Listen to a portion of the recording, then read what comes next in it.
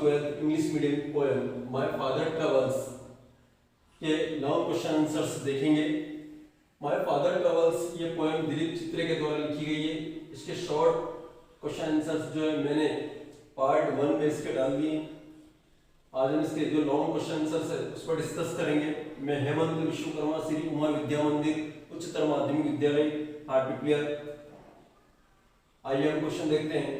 इसका पहला क्वेश्चन है, what does the poet suggest through the line a few droplets cling the graying hair on his wrist। यहां पर poet इस line के माध्यम से, ये जो लाइन है a few droplets cling the graying hair on his wrist, अर्थात कुछ पानी की बूंदे जो उनकी जो कलाई है ऊपर जो छोटे छोटे रवे से बाल है उनमें फंसी हुई है। ये जो लाइन है इससे क्या दर्शाना चाहता है, क्या सजेस्ट करना चाहता है? आइए आंसर देखते हैं। The poet in this poem throws the light on the degrading moral values। जो पोएट है दिलीप चित्रे इस पोएम के माध्यम से मॉरल वैल्यूज, नैतिक जो मूल्य है उनके पतन पर प्रकाश डाल रहे हैं। किस प्रकार से नैतिक जो है नैतिकता खत्म होती जा रही है, नैतिक मूल्य जो है उनका ह्रास हो रहा है। In the modern civilization old generation are ignored and not bothered to care for them। आज जो है इस मॉडर्न सिविलाइजेशन की बात करें, आधुनिक सभ्यता में बात करें तो जो ओल्ड जनरेशन है अर्थात जो वृद्ध लोग हैं उनको इग्नोर किया जा रहा है और उनकी परवाह नहीं की जा रही है, उनका केयर नहीं किया जा रहा है। They feel themselves scorned and ignored। Old generation अपने आप को जो है घृणित और उपेक्षित समझने लगी है, समझती है। They grow weak for the feeling of being alienated। और वे इस फीलिंग से alienated एक अलग थलग सी जिसको कहना चाहिए उपेक्षित भाव से जो है वो भर से गए हैं। उनको ऐसा महसूस होता है कि उन्हें जो है बहुत ज्यादा इग्नोर किया जा रहा है। The droplets cling the graying hair on the wrist symbolize their unmindfulness of any sense of care। और ये जो लाइन है droplets cling the graying hair on the wrist, ये इस बात का प्रतीक है कि यहाँ पर जो है एक केयरनेस के भाव जो है उसे लोग उपेक्षित कर रहे हैं, उससे दूर भाग रहे हैं, अर्थात जो है वो अमानवीयता की तरह यहाँ पर माना जा रहा है। अगला क्वेश्चन है, give the central idea of the poem my father travels. ये जो पोएम है माय फादर ट्रेवल्स दिलीप चित्रे की, इसका सेंट्रल आइडिया क्या है, इसका केंद्रीय भाव क्या है? आइए आंसर देखते हैं। My father travels is a poem on dehumanisation in the modern society. ये जो पोएम है माय फादर ट्रेवल्स ये आधुनिक जो सभ्यता है उसमें जो डिह्यूमनाइजेशन हो रहा अर्थात अमानवीयता के भाव जो आ रहे हैं उस पर उसको बेस बनाकर लिखी गई है। इट कैप्चर्स द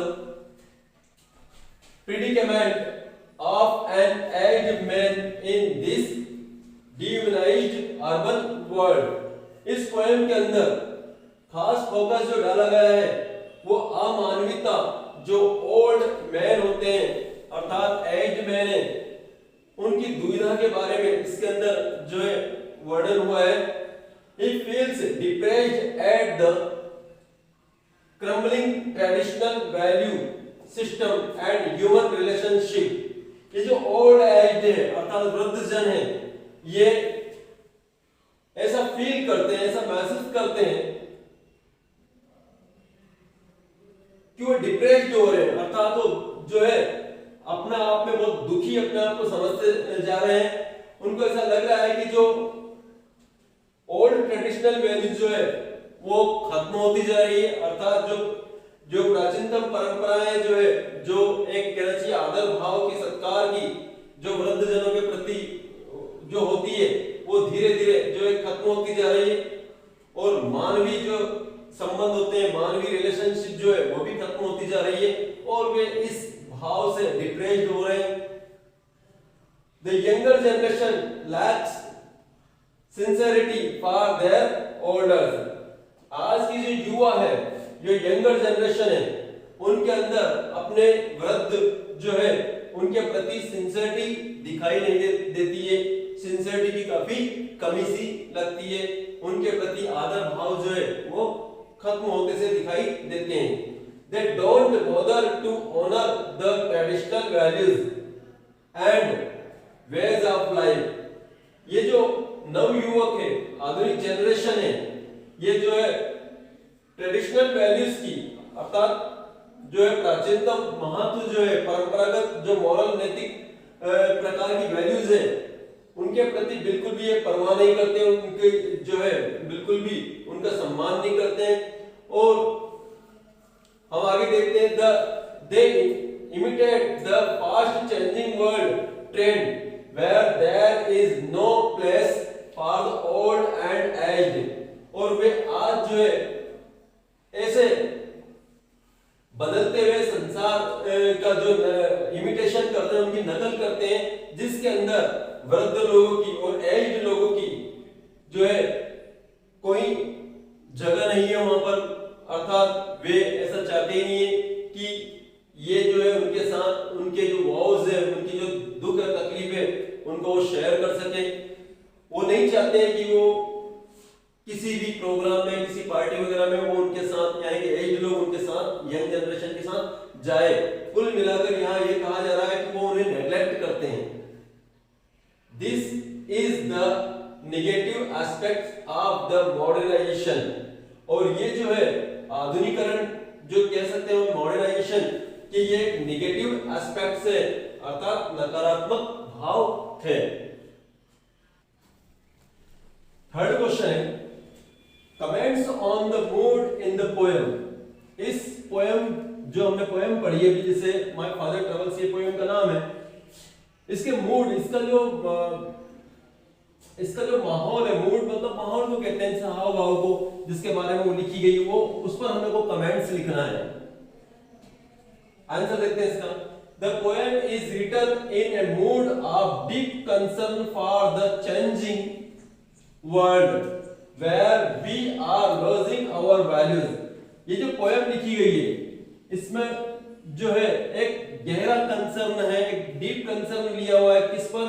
जो बदलता हुआ संसार है ना, जिसके अंदर हम अपनी वैल्यूज को, अपने महत्व को खोते जा रहे हैं, उसको भाव को इसके अंदर जो है उद्धत किया है। The poet through a father's travel puts his ideas about how the modernization affects us negatively. इस पोएम के अंदर पोएट दिलीप चित्रे ने अपने विचार इस प्रकार से पेश किए। उन्होंने बताया है कि किस प्रकार से मॉडर्नाइजेशन जो है हमारे अंदर निगेटिविटी के भाव भर रहा है, अर्थात हमारे अंदर निगेटिव इफेक्ट डाल रहा है।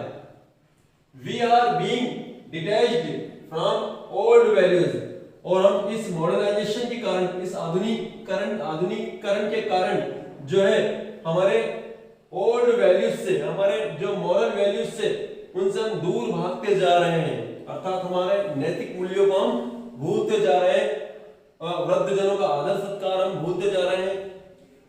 Our traditional and our ancestors, और हमारे जो परंपराएं उन्हें हम भूलते जा रहे हैं, और हमारे जो पूर्वज हैं हम उन्हें भी, उनका भी आदर सत्कार नहीं करते, उन्हें भी भूलते जा रहे हैं, उनसे भी दूर होते जा रहे हैं।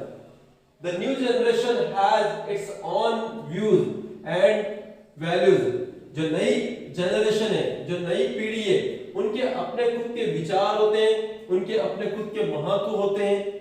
The old and the aged are ignored and neglected. और इस जनरेशन के द्वारा जो वृद्ध जो लोग हैं, उन्हें जो है नेग्लेक्ट किया जा रहा है, उपेक्षित किया जाता है।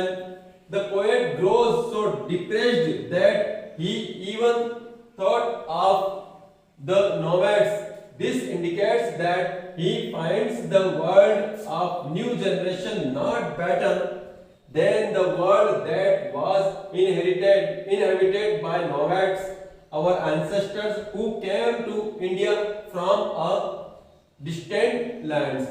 यह पोएट जो है उनके विचार इस प्रकार, पोएट यद्यपि यह सोचते हैं कि जो नोमैड्स थे, नोमैड का मतलब होता है जो खाना बदोश के रूप में जो इनहेबिट होकर आए, अर्थात जो है प्रवास करके आए थे, वो लोग जो हमारी पुरानी जनरेशन है वो इस आधुनिक वर्ल्ड से कहीं ज्यादा बेटर है। वो लोग कम से कम, पोएट का कहने का मतलब ये है कि वो जो एंसेस्टर्स हमारे जो पूर्वज है वो कम से कम आदर सत्कार का तो ध्यान रखते थे।